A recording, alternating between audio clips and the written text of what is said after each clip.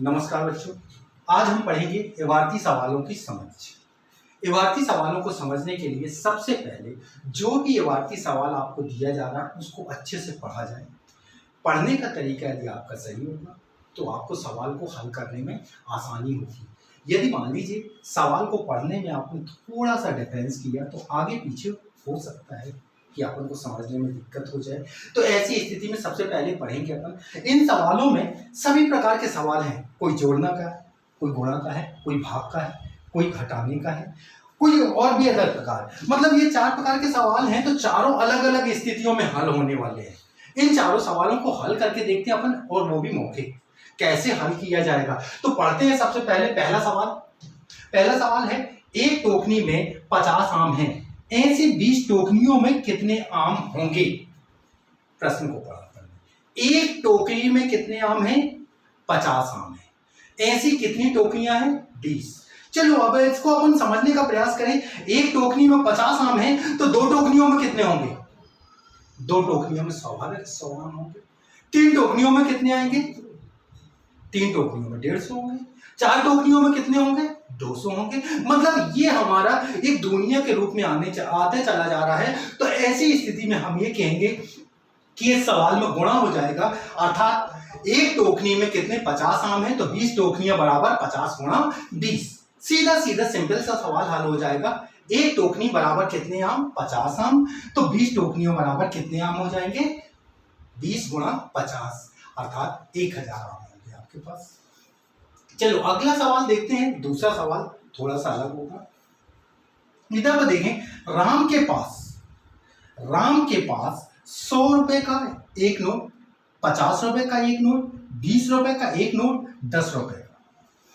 100 रुपए, 50 रुपए, 20 रुपए, 10 रुपए के एक एक नोट है। 100 रुपए के, 50 रुपए के, 20 रुपए के, 10 रुपए के एक एक नोट है। तो बताइए उसके पास कितने रुपए हैं। अब स्वाभाविक है सभी संख्याएं अलग अलग आ रही हैं और ऐसी आ रही है कि अब उसके पास में है 100 रुपए का एक नोट, उसकी क्वांटिटी मात्रा कितनी हुई? 100 रुपए होगी, कम तो होगी नहीं ना ज्यादा होगी। तो 100 रुपए ये हो गए।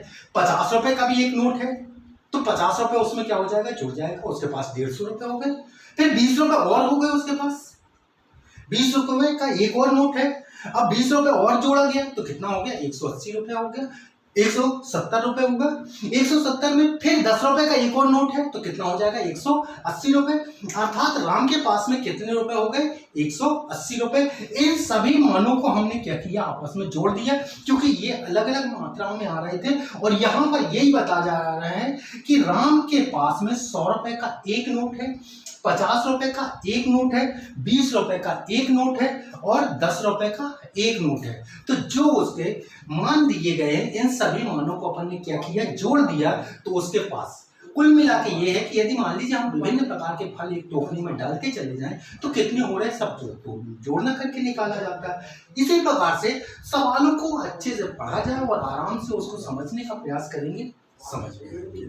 फिर देखें तीसरा सवाल है, सीता 500 रुपए लेकर के बाजार गई। सीता कितने रुपए लेकर के बाजार गई? 500 रुपए लेकर के बाजार गई। उसने 50 रुपए की दाल खरीदी, ठीक है, 50 रुपए की दाल, 80 रुपए का चावल खरीदा, 150 रुपए की सब्जी खरीदी। अब बताइए उसके पास में कितने रुपए बचे? तो इधर पर देखेंगे लेकर के कितनी गई? वो 500 रुपए लेकर के गई। कितने रुपए लेकर के जा रही है? 500 रुपए। ये उसके पास में है। फिर उसने खरीदी 50 रुपए की दाल, 50 रुपए उसने खर्च कर दिए, उधर पर दिए। फिर 80 रुपए के और चावल खरीद लिए उधर से, चावल में भी 80 रुपए उसके खत्म हो गए। फिर इसके बाद में 150 रुपए की सब्जी भी खरीदी, 150 रुपए भी खर्च हो गए। इतने रुपए खर्च हो गए। कितने रुपए खर्च हो गए? 50 रुपए खर्च हो गए, 80 रुपए खर्च हो गए और 150 रुपए खर्च हो गए। तो खर्च को पहले जोड़ लिया जाए कि कुल कितने रुपए उसने खर्च किए। खर्च को अलग जोड़ा अपन ने कि कुल खर्च कितना होगा? 50 रुपए, 80 रुपए और 150, अर्थात ये होगा 280 रुपए। 280 रुपए उसने खर्च कर दिए। अब उसके पास बचे कितने?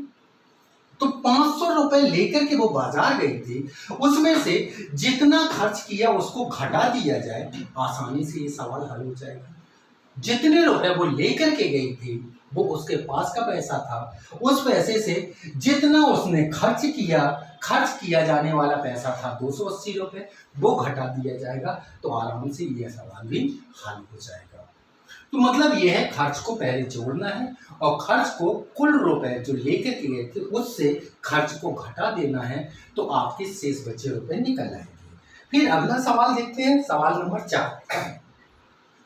10 पेटियों में, पेटियां कितनी हैं? 10 पेटियों में 500 अमरूद हैं।